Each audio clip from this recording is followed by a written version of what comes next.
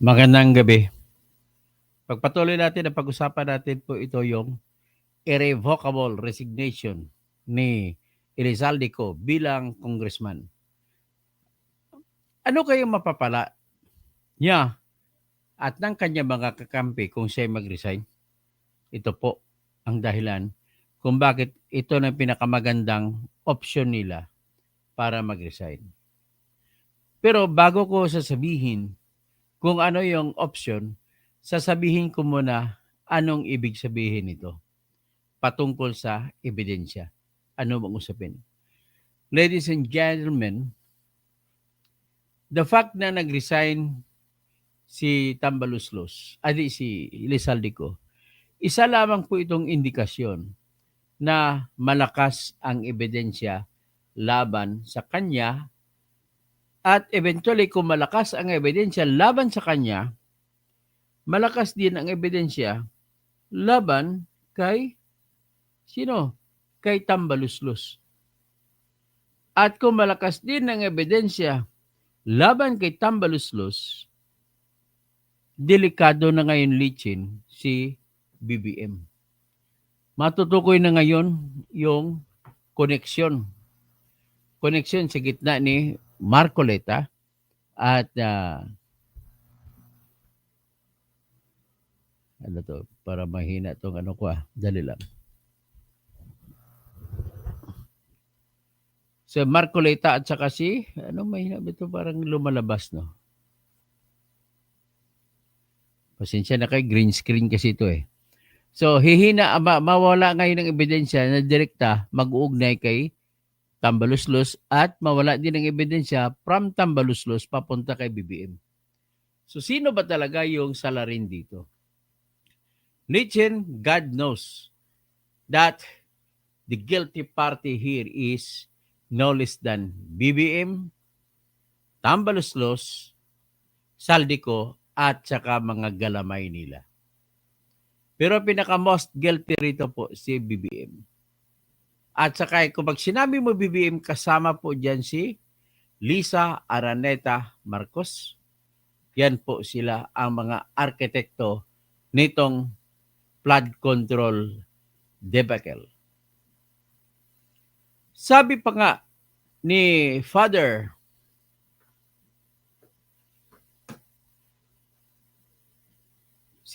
Anthony Akupan, na paborito kong pari, isa po siyang Order of San Agustin na kung saan ay nabilong si Pope Leo.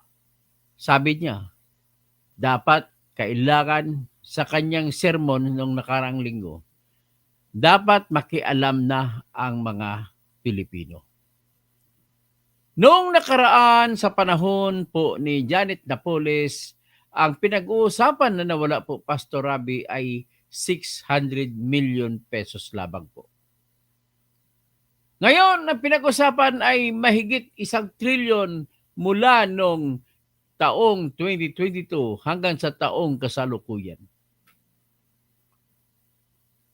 At ang matindi pa ay nawawala pa yung pera. So, kay Janet Napoles, nawala ang pera dahil binulsa nila.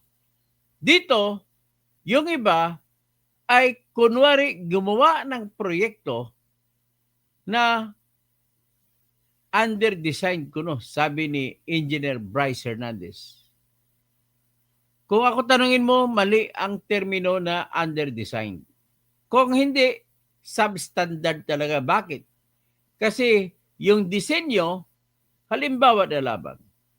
Sa tingin ko, sa unang tansya ko pa lang, ang paggumawa ka ng tinatawag na hindi diki, kundi revetment, yung slope protection, may ilog.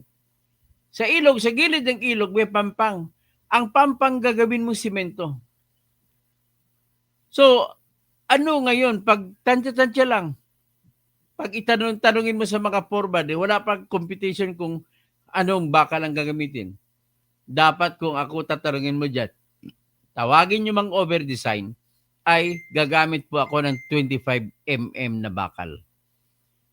Ang lumalabas po nung tiningnan ko sa mga nawasak na mga revetment or slope protection, lumalabas po ang iba walang kabilya, walang bakal. Kung meron mang bakal, ang nakikita ko po ay ang palaman niya ay kasinlaki lamang ng ballpen o lapis.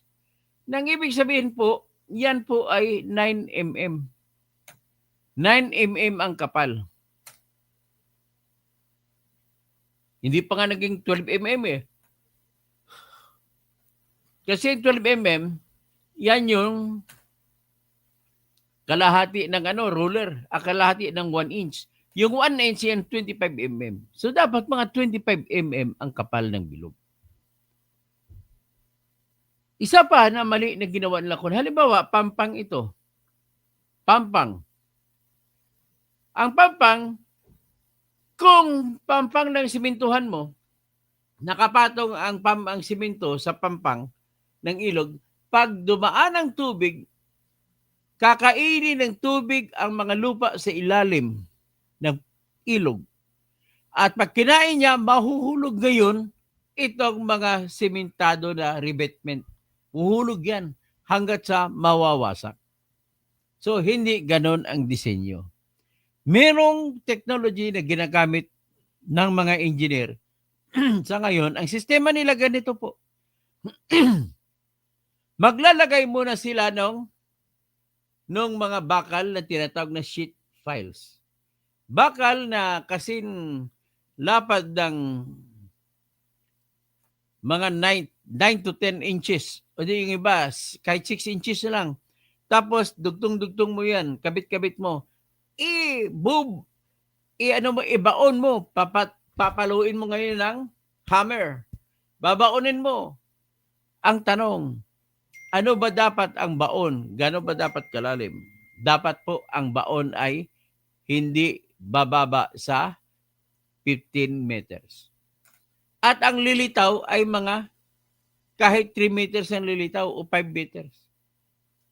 At kung ang baon ng bakal ay 15 meters, ibig sabihin, pag binaon mo sa gilid ng ilog, kahit kainin pa ng ilog na tubig kung babaha, ang kainin lupa, imposible niya abutin yung 15 meters na lalim.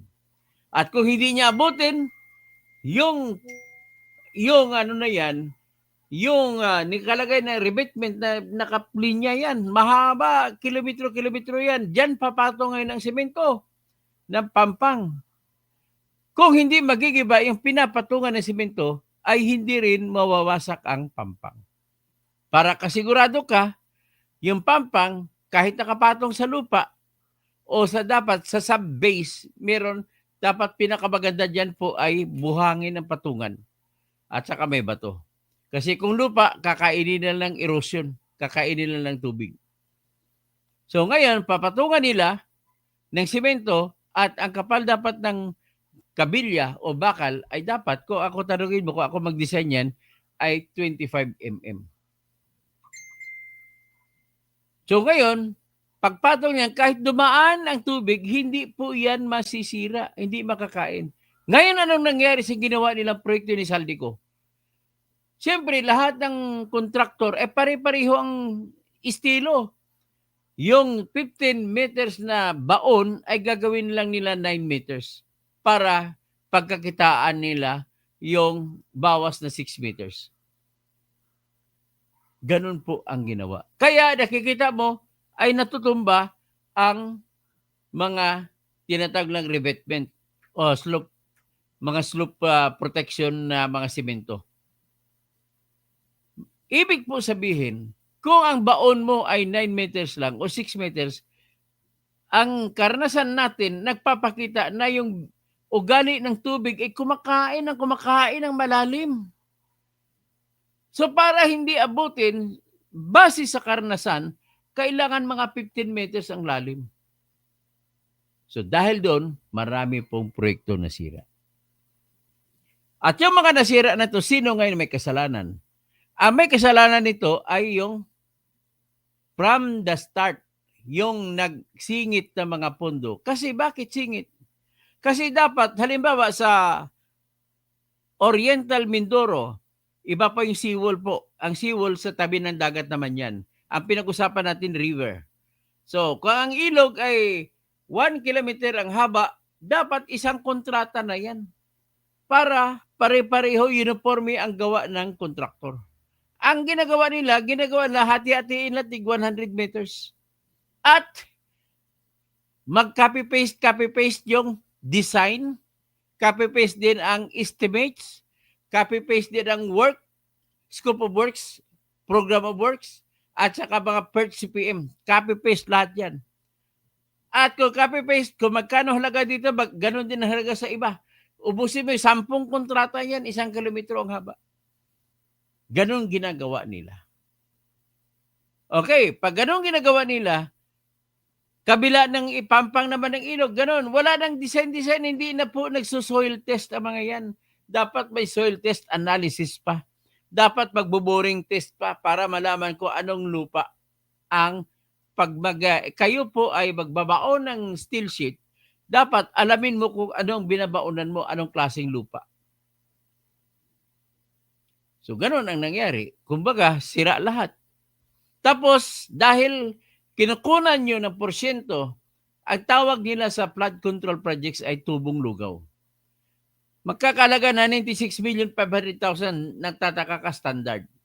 Yung 96 million, mabuti na yung may 30 million ang natitira para gagawin ang project. Ngayon yung contractor na napilitan, gagawin pa rin, doon siya babawi ngayon sa baon. Imbis na ibabaon niya 15 meters, ibabaon niya lang usually 5 meters. Kaya yan ang dahilan kung bakit natutumba ang inyong mga revetment. Natutumba yung, lalo na kung diki na patayo, tutumba siya. At tapos may seawall. Ay seawall, patayo din yan ang ginagawa nyo. Matutumba rin. Kaya because of that, sino may kasalanan? Yung may kasalanan dyan ay ang nag-budget sila ni, sinong utak niyan? Si Elizalde na may blessing po ni Tambaluslos na pinirmahan naman bilang batas ni BBM sa nakaraang taon, 2025. Ang budget po na niyari nila na siningit ay umabot po sa 421 billion pesos na flood control projects.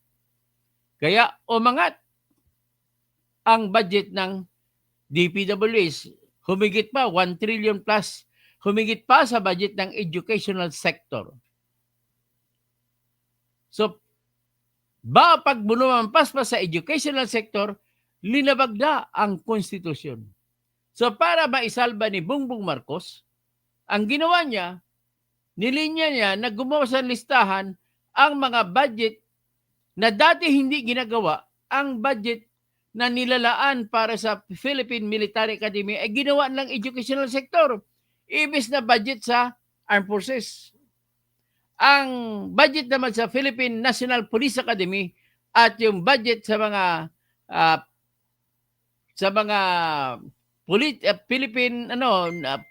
PNP National Police Regional Training Centers, ginawa nila na educational daw yun. Pati yung budget para sa Philippine Merchant Marine Academy na para sa mga eskwelahan yun na parang reserve force ng Coast Guard at saka ng Navy, ay ginawa rin nila educational. Pati yung Development Academy of the Philippines na eskwelahan na pang doctoral at saka pang masteral degrees ng mga nagtatrabaho sa gobyerno, ginawa rin nila educational para lumampas lang at mas lampas pa doon sa 1 trillion na budget mahigit ng DPWH. So, nung tinanggal ang 29 billion, natira pa rin ang agwan. So, 421 minus 29, bali magiging 400 minus 8, bali $392 billion ang natira. So, yan ang natira. Ibig sabihin, sinong gumawa nun? Si Elizalde. Bakit ginawa si Elizalde kahit siya party list na congressman?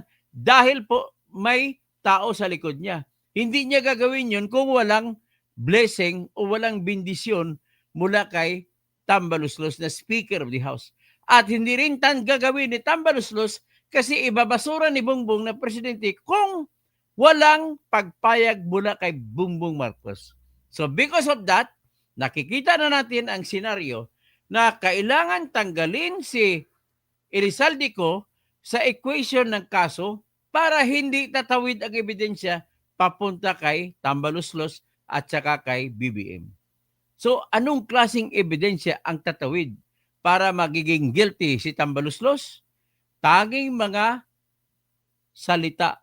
Kung magsasalita ng totoo si Elizalde Co, ubos ang bahay tae ni Tambaluslos.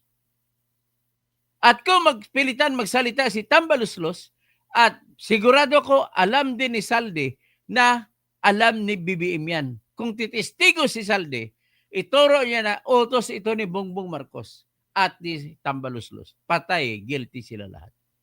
Kaya yan po ang dahilan kung bakit pinilit ni Romualdez saka ni BBM si Salde Co na huwag nang umuwi at mag-submit ng resignation at magtago na lang muna sa abroad. Usually, tatago yan doon sa Europe kasi bumili siya ng bahay. Yan pang dahilan bakit bumili siya ng bahay sa France. 150 square meters binili niya. Umabot ng almost 300 million pesos yan. Kaya doon siya. So, habang nandun siya, ang pwede niyang magawa ay ang mga pera na nakulimbat niya ay isa-isa itatago niya. Magkaroon siya ng opportunity na itatago kasi hindi na siya obligado umuwi.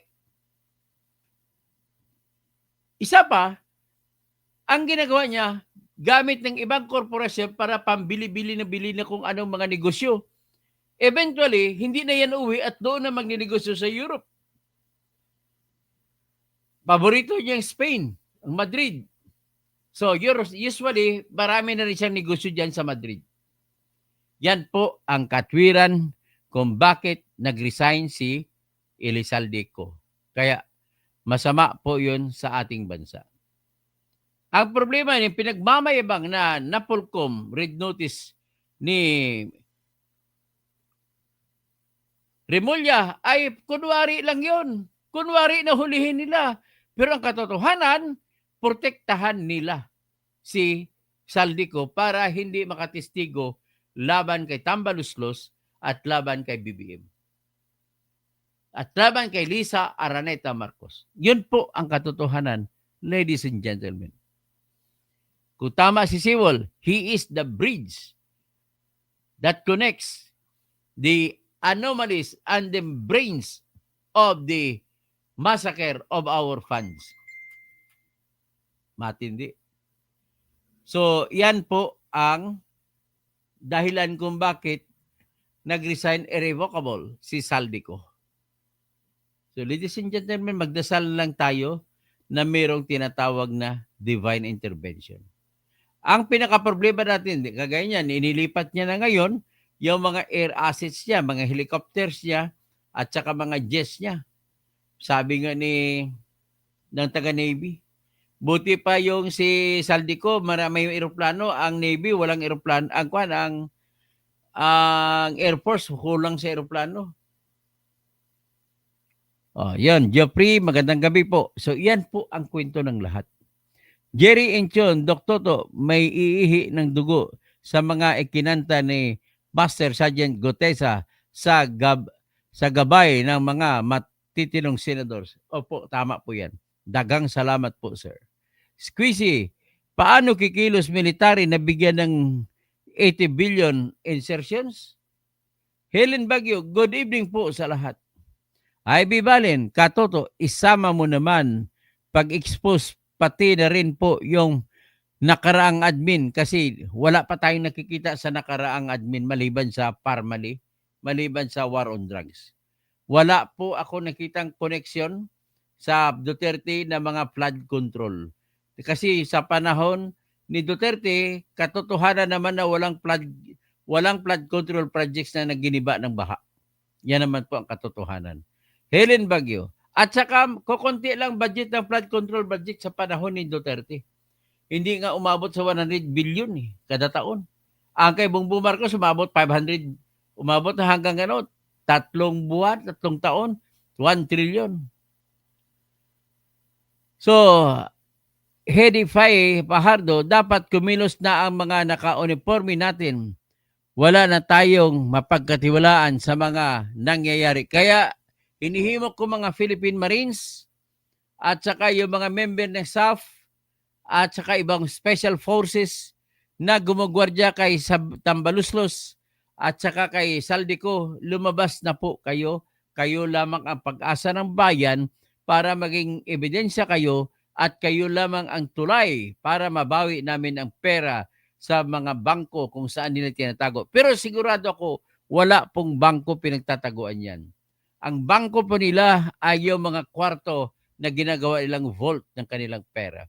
Kasi hindi tatanggapin ng bangko ang kanilang pera na kinulimbat sapagkat po ay walang katibayan kung saan nanggaling, kung anong lehitimong pinanggalingan. So Squeezy, breaking news na interim release. Si Digong sa ICC pauwi na ng Davao. Hindi natin alam, checkin pa natin yan. Squeezy, mahirap hulihin si Saldi ko. Nakasakay na jet ski sa Mediterranean Sea, lilipat-lipat sa islands. Willa Baliw, pwede kasuhan ng mga retired army si Tamba. Hedy Fajardo, good evening po, Sir Toto. Correct ka po. Tumpak mga sinasabi mo, watching from Sorsogon. At least nakaganti na si Chis Escudero. Napaliwanag ni Chis Escudero na kung ano mga diskarte nila ni Romualdez. Marino, maayong gabi, attorney. Paspasan ang trabaho kay gipangayo na ang porsyento. Gibien, sino po ang dapat magkaso kay Romualdez? Walang may interest para kasuhan na. Dapat pamahalaan, dapat DOJ. Randolph Plumano, Doc Ake, good evening, pre. So, Rodi Rabi, all Filipino people, let us condemn all corruption on flood control ghost project in our country and let us jail them all who participated in these flood ghost control projects. Ferdinand San Juan, good evening, Katoto, Engineer Toto, tirador ng sa katotohanan. Sewell, hello again, Dr. Toto Kausing. Rodi Rabi, Senator Marcoleta expose all corruption on Ghost Family Control Project headed by PBBM, Romualdez and Saldico. Soothing and meditation, kasalanan lahat ito ni ML Quezon sa kahilingan niya maging impyerno ang gobyerno ng Pinas, pati tuloy si Erwin Tulfo naging law bender. Ayan. Tapos, sino pa? Pastor Rodi Rabi, Rio Fox, Lee Chen, okay. So, Squeezy, Zaldico is the bridge that connects the anomalies to the top. Magandang gabi, Katoto. Di para palitan, di para mapilitan umuwi si Zaldico para ipakancel ang passport. Wala rin, hindi makancel po yan na automatic. Dadaan ka sa korte. Squeezy, mautak si Zaldico. Matalino yan eh. Paano siya kumita na marami kung hindi siya matalino? Squeezy, breaking news, pinaaresto si Garma kasama 4 na pulis, ganoon ba? Armando Ordonez, canceling ang passport. Damian, si Attorney Toto, natatanong ko lang sa iyo, pwede po ba tayong taong bayan na mag-file ng kasong corruption kina BBM at Martin? Pwede po, dahil parang walang patutunguhan ang investigasyon ng Senado at ICI. Damian, si pwede naman tayo mag-ambag-ambag taong bayan. Joe, Sir Toto, bakit di pa ipakansila ang passport ni Saldico? Kailangan magdadaan po sa korte yan ang kanselasyon. Ivy Balen, Katoto, sa Marikina River, halos 10 years nang ginagawa, di pa tapos. Pero may nakikita ko na ginagawa ngayon, nang gumagawa ay Japanese company, maganda pagkagawa. Attorney Rene Lobaton, attorney, sama mo na si Trililing sa tirador mo. Utang Trililing na yan. Bastos. Mag-live ako tungkol kay Trililing. Squeezy, nakukuha na si Saldico ng fake passport sa recto bago umalis ng Pinas. So yan lang muna ha. Yan lang muna ang live natin sa ngayon, matindi. Tapos titignan natin kung anong bago. May sinasabi